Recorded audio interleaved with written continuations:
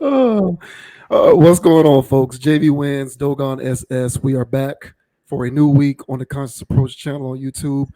Thank you to everybody who is tuning in. Thank you to everybody who has subscribed to the channel. We certainly appreciate the support.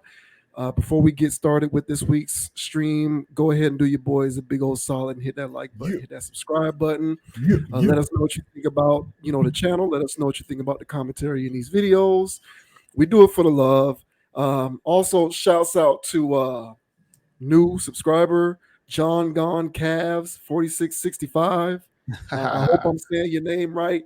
He fact checked me big time on our last video talking about Ocho Cinco. I said, Chad, I said Ocho Cinco was still on the I Am Athlete podcast, and he is not. And although I don't consider this a fact check because I said during the stream that I was not sure, he clarified. He clarified that Chad did not win a Super Bowl with the Patriots. So, good. Even though I never said for sure that I thought that I was unsure about that initially, be that as it may, appreciate you, sir, for the fact check. He told me that I don't know nothing. So I appreciated him fact checking me and letting and putting it in the comment of that particular video that he thought that I knew nothing. Because it certainly doesn't bother me, and I don't know everything. So but the point is he subscribed to the channel. So very, very nice. Yeah. Welcome to the party, bro. Yeah. Well, so big shouts out to John Goncast 4665. Hopefully you tune in tonight. And if you don't tune in tonight, you take a look at these videos at your leisure. We certainly appreciate it. Now, with that out of the way, we'll go ahead and get started with tonight's topics. First up, we are going to talk about Yo Gotti. Yo Gotti believes that hip hop right now is semi-boring, and he is releasing music in an effort to get people back hyped up, amped up, back into the hip hop spirit, back into the mood of getting crunk, getting outside, getting the party going, and all of that good stuff. He feels as though people are still inside. And as a result of people still being inside, he believes that hip hop currently is semi-boring. Another younger artist recently went even further. Polo G said that hip hop right now, essentially he was saying that it was kind of trash, and that he's thinking about just retiring from it because he thinks it's trash. He thinks that it's all formulaic, that it all sounds the same, that it's all repetitiveness and people copying off each other, so on and so forth. So Gotti isn't the only one who has recently lent voice to feeling as though the music has become a bit stagnated. Polo G also shared similar sentiments, but of course, tonight's segment is going to get into what Yo Gotti had to say about hip hop. So we'll go ahead and provide this article for context purposes. It says Yo Gotti says rap is semi-boring right now, blames pandemic. Yo Gotti went off in a recent interview with Power 106 about the current state of the rap game. Quote, the rap game right now is semi-boring, Gotti said. I just feel like since COVID, they put us inside and we never came out. The energy ain't been the same. I feel like we mentally been inside. Furthermore, Gotti said that he hoped his new mixtape, I Showed You So, will help rectify things. With this tape, I tried to make the outside music, Gotti explained. However, he's not the only one currently bashing the rap game. Like I said, Polo G recently took aim at the state of rap on Twitter. This rap shit got so lame and watered down. It ain't no fun in it no more, the Chicago rapper lamented. It appears that as hip hop turns 50, many of the genre's influential figures feel that something is missing from the current product. So I'll go ahead and play this video from that Power 106 interview with Yo Gotti, and I will let him speak for himself.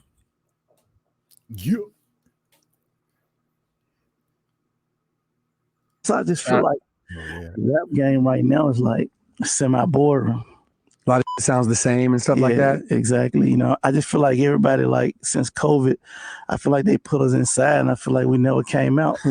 Right. Even though we out, we not out. Like, Right. the energy ain't been the same. Like, you feel me? Like, I ain't been to a party yet that I've been feeling like, ooh, it's like that. Yeah. You know what I mean? I ain't even been driving down the street where I was at the red light, and I just felt like it was like that. You know what I'm saying? Felt like that, right? Yeah, so I felt like mentally we've been inside since COVID. So to me, with this music, with this tape, I tried to make like the outside music. Hopefully I'll be a part of what brings us all back out here. Going. Yeah. Interesting. Yeah, so there you go. So it's interesting because I think he's thinking about it from the context of having fun and partying. I think that's kind of how he's thinking about it in terms of calling it semi-boring. And he specifically said that the pandemic is the result. So what did you make of that? All right, so I can see that. So I'll entertain his logic there. So pretty much, I mean, he is an entertainer, and he's a street dude, of course, and so there's a certain like atmosphere that comes with that kind of music, and I guess a good way of putting it is outside. It's kind of like a block party kind of vibe thing. One of the things that I love so much about Tallahassee, shout out to Tallahassee and shout out to Memphis, everybody that's watching from Memphis. But yeah, my fondest times in Tallahassee was you can feel the party at noon. You can, because like later on that night, you knew it was going to be a movie based upon the afternoon. Like you can feel the people out in the streets. They're playing certain kinds of music, and it wasn't just the black people. Now it was the country people. It was the people that go to bars, and you can just feel the energy in the city before the night even started. And I used to love that feeling. You get, of course, you get that same feeling in South Beach, Miami, and all that good jive. So yeah, it's a good vibe. That's the part that was intoxicating. I had to go out that night. It was times I was like, I'm not going out tonight. I'm just not. Maybe I was hung over from the night before, or I just did this too much. I'm getting too old for this. But as soon as I felt that vibe, I was like, nah, I'm going out. I'm gonna be out there. It's gonna be a movie, and I'm gonna be a part of it. So that energy, I feel what he's saying, especially when he said when you pull up at the light and you don't feel that feeling. So where did that go? He says it left during COVID. For a person that gets paid off of that vibe, for a person that's been living in that arena for a long time, I would take his word for it, especially since he's been doing shows, pre and post pandemic. I'm pretty sure he's picked up that, there's something in the social atmosphere outside that is lacking. Social media has only gotten bigger since the pandemic, but he has noticed that there was, a hand-to-hand decline in, social activity. So I would agree with that. I would say that it's definitely hurt the rap arena a lot when it comes to shows and stuff like that, because there's a certain chemistry that goes on with being, as you mentioned, turnt, crunk, and all that other good jive. So it's missing. I would agree. How about you, man? What do you feel about this? You think that Yo Gotti has a point here? Is the social atmosphere missing right now? So I'm not gonna take this as an opportunity to criticize him because he's only speaking from his experience and his perception. And I'm not going to question whether what he is perceiving is off. However, I would say that Drake is out here making $200 million on tour. So if all of it is hip hop and we're not fragmenting it, because sometimes we'll do that, we'll put it in different boxes. We'll try to be like, oh, it's this kind of hip hop, that kind of hip hop, and that kind of music. But if we're putting all of it into the same bucket and classifying it as hip hop, Drake is out here on that It's All a Blur tour, and it's projected that he could earn $200 million off this tour by himself. So if people aren't outside because hip hop is semi boring, then we need to analyze how it is that Drake is still able to sell out shows and be making $200 million on tour if it's all hip hop. Now, I understand Drake right now is the guy. Like, if we were to think about it in terms of the mountaintop of artists, Drake, from a popularity standpoint, from a get people out of the house standpoint, Drake is probably number one. But I don't know that the divide between Drake and everybody else is so big as to substantiate why Drake is doing what he's doing and everybody else is not. So that brings me back to what I kind of feel is going on is I think that when things start to deteriorate from a quality standpoint, it might take time, but over time, that deterioration is going to be reflected in the amount of patronization for that particular thing. We are seeing it right now with sports.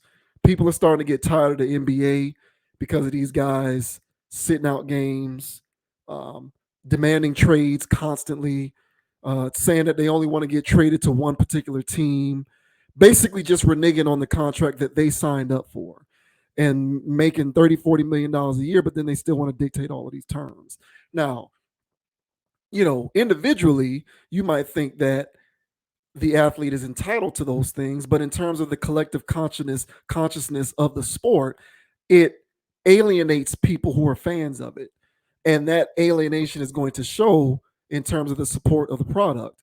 NBA ratings, except for the playoffs, declining. No one cares about the regular season.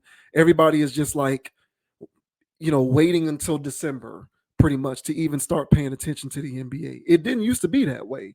People cared about the NBA before Christmas. Now, it's just like, okay, well, let's just wait until January before we even start paying attention to what's going on in that league. There's an erosion that's taking place. And I would argue that that erosion is due to a deterioration of quality of product. And I'm an NBA fan. Growing up, it was my favorite sport. But a lot of what's going on culturally with the sport has caused me to become eroded by it, to where even now I'm saying, give me NFL and college football first and give me NBA third.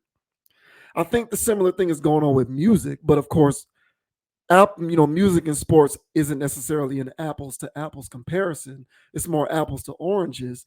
But because it's so much subjectivity, with sports, we can look at stats and numbers and analytics and historicals. With music, it's basically all opinion. But in my opinion, the music has eroded over time. I remember a few years ago, I started to notice that a lot of these rappers were putting out albums that sounded like mixtapes. They sounded like EPs. They were like 7, 8 songs long. Each song was like 2 minutes long. Maybe you get one verse, maybe two. A lot of the songs didn't even have a chorus. And it was a shock to me to listen to it because growing up for so long, I was so used to hearing, for the most part, 3 verses, a hook, at least, 16 bars per verse, standard issue. Songs will give you about 3.5, 4 minutes long for a song. Sometimes they went longer, but that was the general range. And you got these solo projects that were comprehensive bodies of work. You had your ignorant songs on the album. You had your party songs. You had your songs aimed at the ladies. And of course, I'm a male. I didn't really listen to female rappers. So I'm speaking at it from a male rapper perspective. But that was pretty much what you got.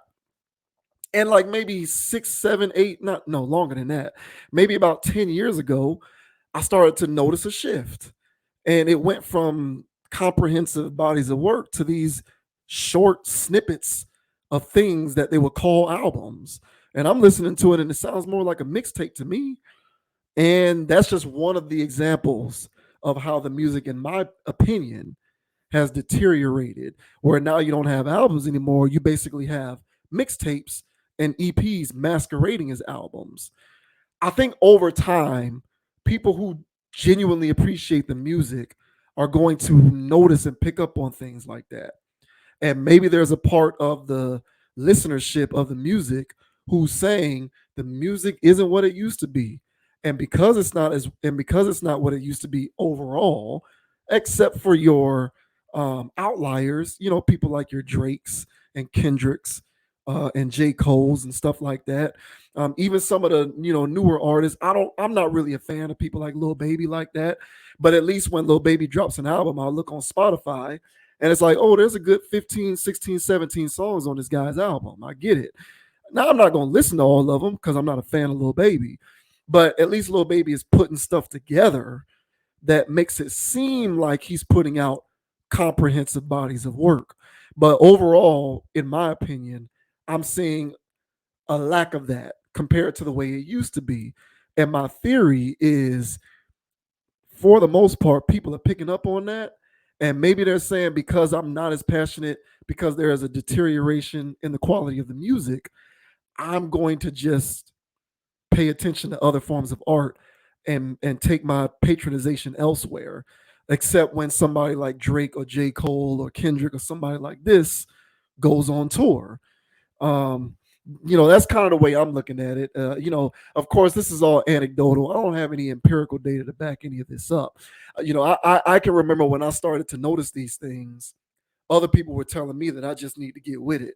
They were calling me old. They were saying I'm old. And what you mean? You don't need 3 verses no more, bro. That's just how the music is. A lot of these people who were telling me this were people who were around my age group, people in my own peer group. So I said, okay, maybe I just don't get it. Maybe I'm missing something. But if what Gotti is saying is correct and he feels like the music is semi-boring, maybe I'm not so crazy. Maybe some of it is the music dictating the lack of people outside because people don't care as much because maybe it's just not as good as it used to be. I agree with all of that. I think, and I also think where he's getting at is because you remember it was like back in the day, it was like every summer there was a chosen song. It was an anthem. The chosen songs for the last few summers have been girl songs about popping their vaginas. So there aren't any like real anthems anymore where, everybody's playing it. And the song that everybody was playing had such a message behind it of turning up and having such a good time that what vibe they were on when they were playing that.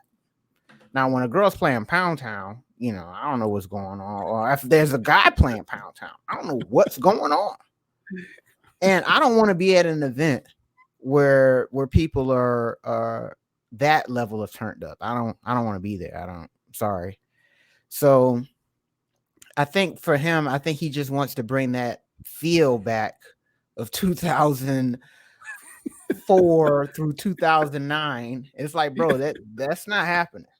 So everybody's version of outside right now is on TikTok. So you better get on TikTok and start getting outside in there.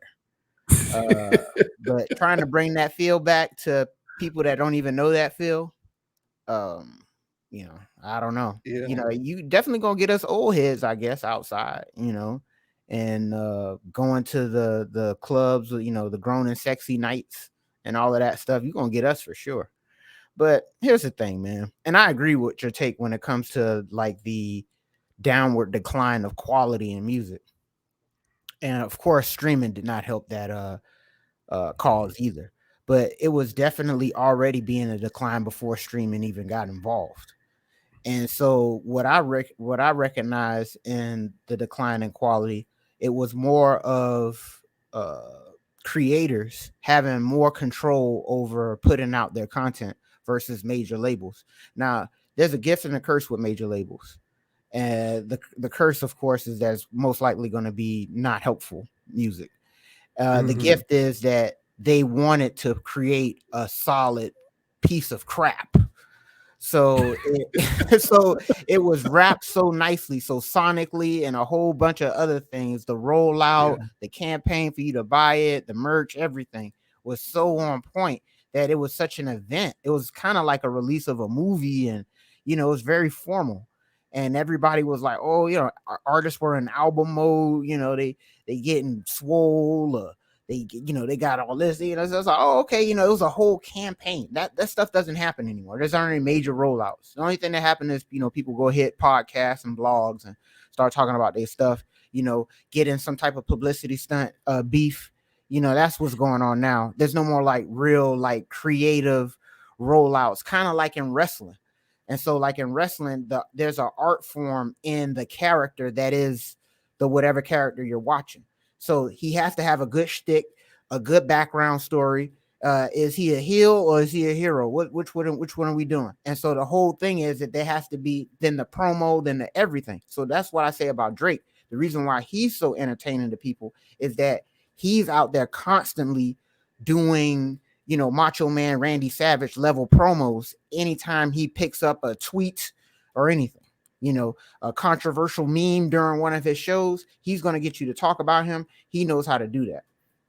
So with that whole thing that's like a missing art when it comes to being a mysterious artist. On top of that, all of these people are online with their Instas and all this other stuff. One thing that was cool about artists was the mystery behind them. Who is this person? Who's this 50 Cent guy? He got shot 9 times. He's still alive? Yeah. Right. One of the shots hit him in the face. It's like, God damn, well, who is this guy? Then you see him. I'm pretty sure they made him hit the gym and all the other stuff so he can look like the picture of a guy that's super thug. He got shot. He used to sell drugs and all this other stuff. Whoa. So the mystique behind 50 Cent was better than his lyrics. And so that's why he hit so hard. And that's why people was loving that stuff so much. So the mystique and all of this stuff is gone when everybody can look on your Insta feeds, hear what your thoughts are on Twitter, see what you got going on in these podcasts and stuff like that, where you're divulging way too much information. Your mystique is gone. So Gotti, he plays that kind of role of being in the shadows. Hey, you really don't hear much from him and all these kinds of things. And hey, if Gotti says, hey, I'm coming out with a mixtape, you better believe people are going to check for it. So that was a lot. But the whole thing I'm trying to say is that there's a whole, what's missing and what he's talking about is all of these elements that we're bringing up here. So it's not just one said thing. He wants to blame the pandemic, and I will give him that from the artist perspective of performing at shows and noticing that the vibe ain't there no more. But when it comes to everything else, nah, man, I do agree that most of it is the quality of the music. You can sit down, you can listen to it, even from some artists that you jive with. You can like, man, you used to put more effort into this. This feels a lot of throwaway-ish. And then you'll sift through and find, oh, there you go. Now that's what you used to do. Why ain't you do this on the other ones? And it's just like, he was in the mood that day, but he knows he's got a job to fulfill of streaming. And so they're just going to give you the streams. So it's a bad little rut that we're in. When and where will we have that as artists to have that level of mystique again? I don't know, bro. But the ones that do have it, it's still there. That's the formula. And so whoever does that formula will win, and they will get, on and all this other stuff. But yeah, I would say that's a major component, is that the whole rollout, the whole professionalism of everything is also lacking, which also means there's a lack of enthusiasm. So it can be it can be an artist that you already mess with, but you go, man, I'm just don't feel this. Just don't feel it. And that's the feeling that he says is missing, I would say. Yeah, I hear what he's saying. That's why I don't want to totally dismiss what he's saying. I just can't leap so far as to be like, the pandemic ain't bringing people out, because, okay, what are we talking about here? Taylor Swift. All right. Look at what Taylor Swift is doing.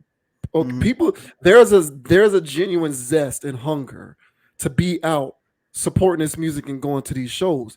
People just want to feel like they are getting a commensurate return for the emotional and financial investment that they are putting into the craft. Agreed. And I think right now, this particular genre, more than any other genre, is failing on that front. I just think it's the quality of the music. It's interesting you bring up the gift and the curse when it comes to, you brought up gift and the curse when it comes to the studios. Like, there's a gift and curse when individual empowerment is a good and bad thing. Just like in the NBA, player empowerment is a gift and a curse. Because on the one hand, you do want to empower labor with the means to be able to get as much back for what they put in as possible. But the downside is some of them can act in poor faith and take things a little too far. People like James Harden and Ben Simmons. And the damage that people like Ben Simmons and James Harden, in my opinion, do to the NBA far exceeds the good that player empowerment does when it comes to people like LeBron and Steph Curry. Like, people are going to key in on the negative way more than they're going to key in on the positive. So for all of the good things that Chris Paul and LeBron, Dwayne Wade, and Curry meant for player empowerment, it pales in comparison to how much people are going to criticize the NBA when they're looking at the moves coming out of people like James Harden and Ben Simmons. So when it comes to the music, the artist empowerment movement, if you will, has been good in certain respects because artists can now bypass the major label machine, put music out through their SoundClouds or their social media channels, so on and so forth.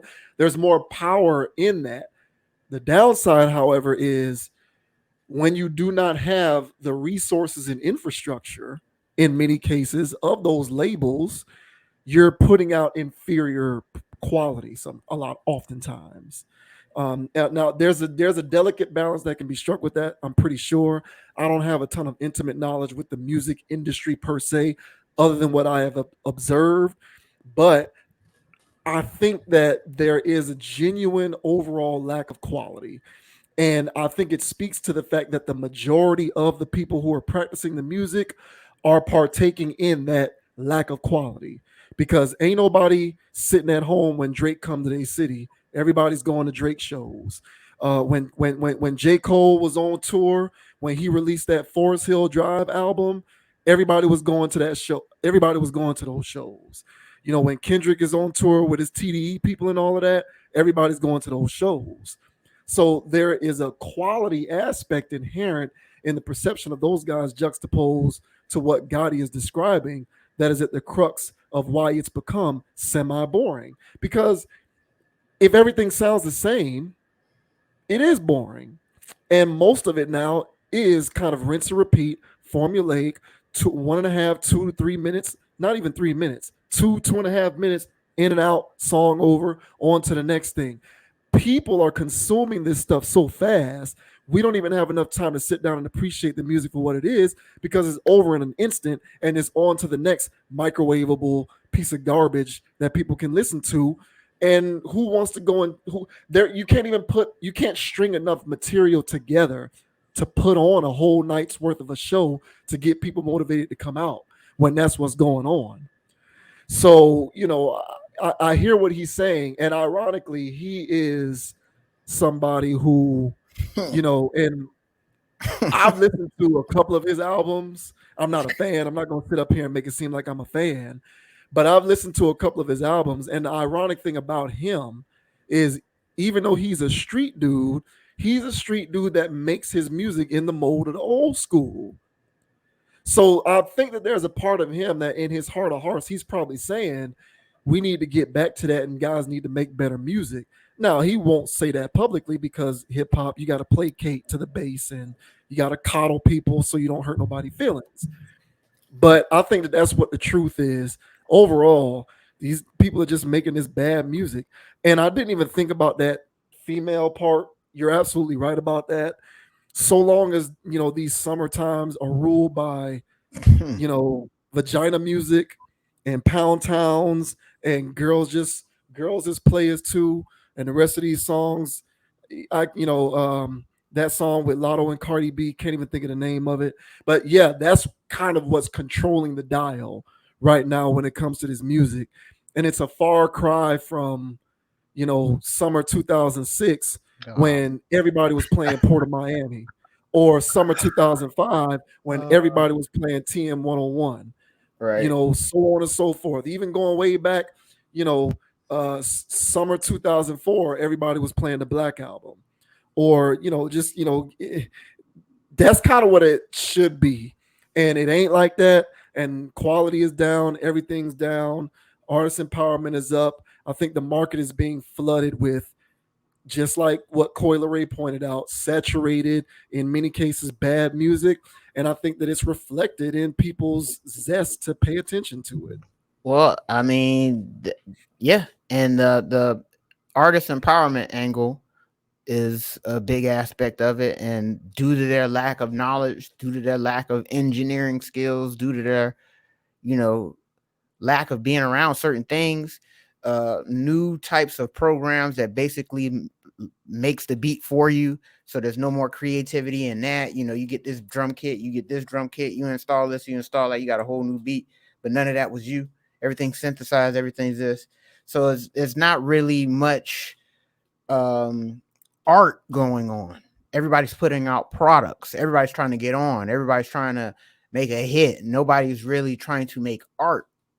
So the cool thing about artists back in the day was, well, the good ones were making art. And so they didn't just look at it as music, they looked at it as the beat as a canvas. They were going to make this into a vibe, an ambiance. But the vibe and the ambiance that I get from most of these songs is party and get drunk and or do drugs and have salacious sex. So that's the only vibe that I'm catching from that, which is like, all right. But at the same time, it's like, you know, where is the song that brings an emotion out of me, that makes me go, damn, I need to either change my life or move on from this or whatever. And like I said, if there are songs out there like that from certain artists, then it's few and far in between. You know, it's not like very consistent. Now, granted, now we've been talking about hip hop, you know, on this channel quite a bit. Mm-hmm. And I'll look at the comments and things of that nature. I'm not ignoring the fact that there are actual artists out there that do actually fit the bill and they actually are making art. I'm not debating that. The thing is that what's the ratio? What are we looking at here? Is it and what is the industry prioritizing the most? Right. And so it's 1 to 100 ratio. You know, what are we doing right now? So it's not very many artists out there that actually are trying to deliver a quality product. So as Yo Gotti goes, you can always tell that he tries to do whatever. You know? And so the hits that he did have in the teens, the 20 teens, because you know he had a little run there for a few years, but I would only argue, and I'm gonna go there, I'm gonna say it, at least for me. And the only reason why he had that run was because, well, everybody else was gone, and he's the only person that still had fundamentals. So then when he put out a song that had fundamentals with it, it hit certain areas and people that go, man, I ain't hear shit like that thump like this in a long time. So if you will, if he's doing the same thing, you know, where he's still going to give you that same formula that, hey man, I work on my craft. Hey, I shoot jumpers, dude. You know?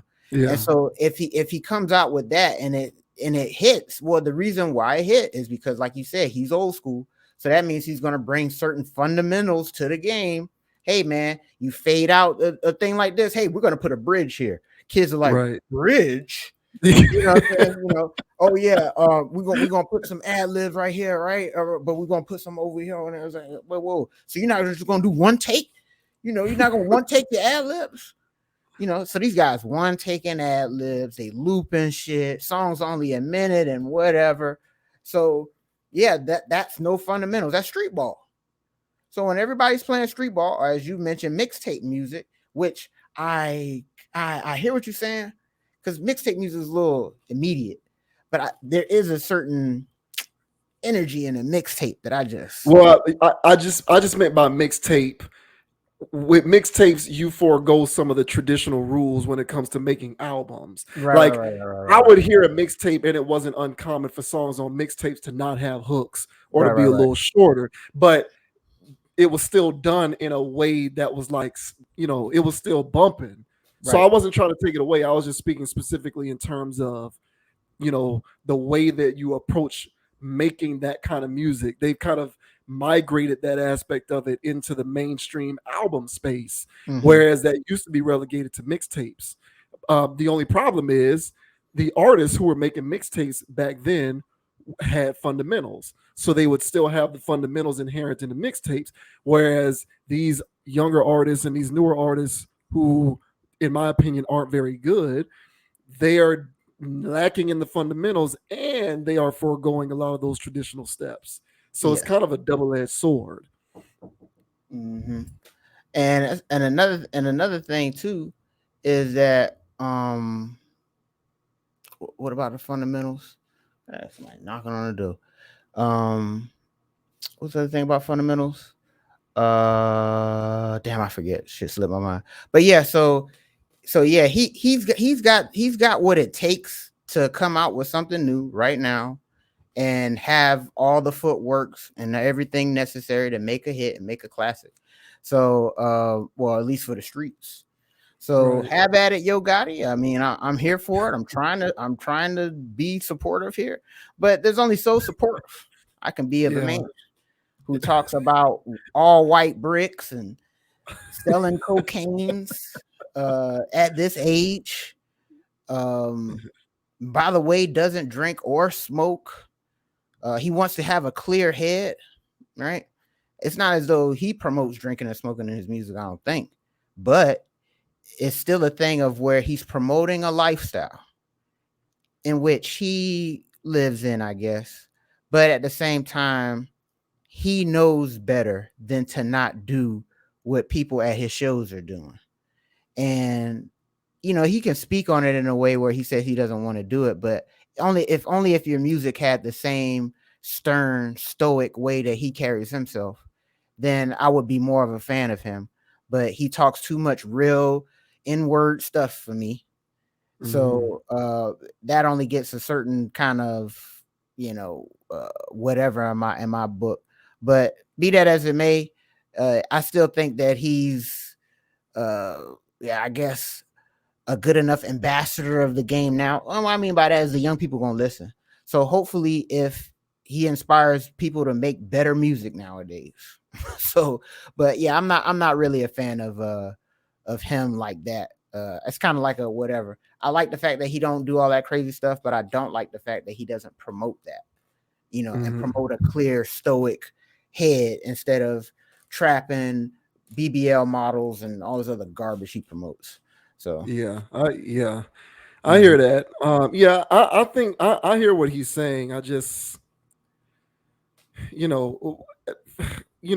Polo G says that it's trash. The problem is Polo G isn't as popular enough for that to carry weight. Like if Drake, for example, if Drake or Wayne or somebody like this, Jay-Z, got onto an interview and said that, these rappers need to step their game up. A lot of this music sucks. Maybe it would carry more weight. Polo G is somebody who's still kind of niche. He has his hardcore fan base. He's not a mainstream guy. So it just doesn't carry it as far. And so, Gotti, his voice carries more weight than Polo G, but he ain't saying that. He's saying it's because of the pandemic.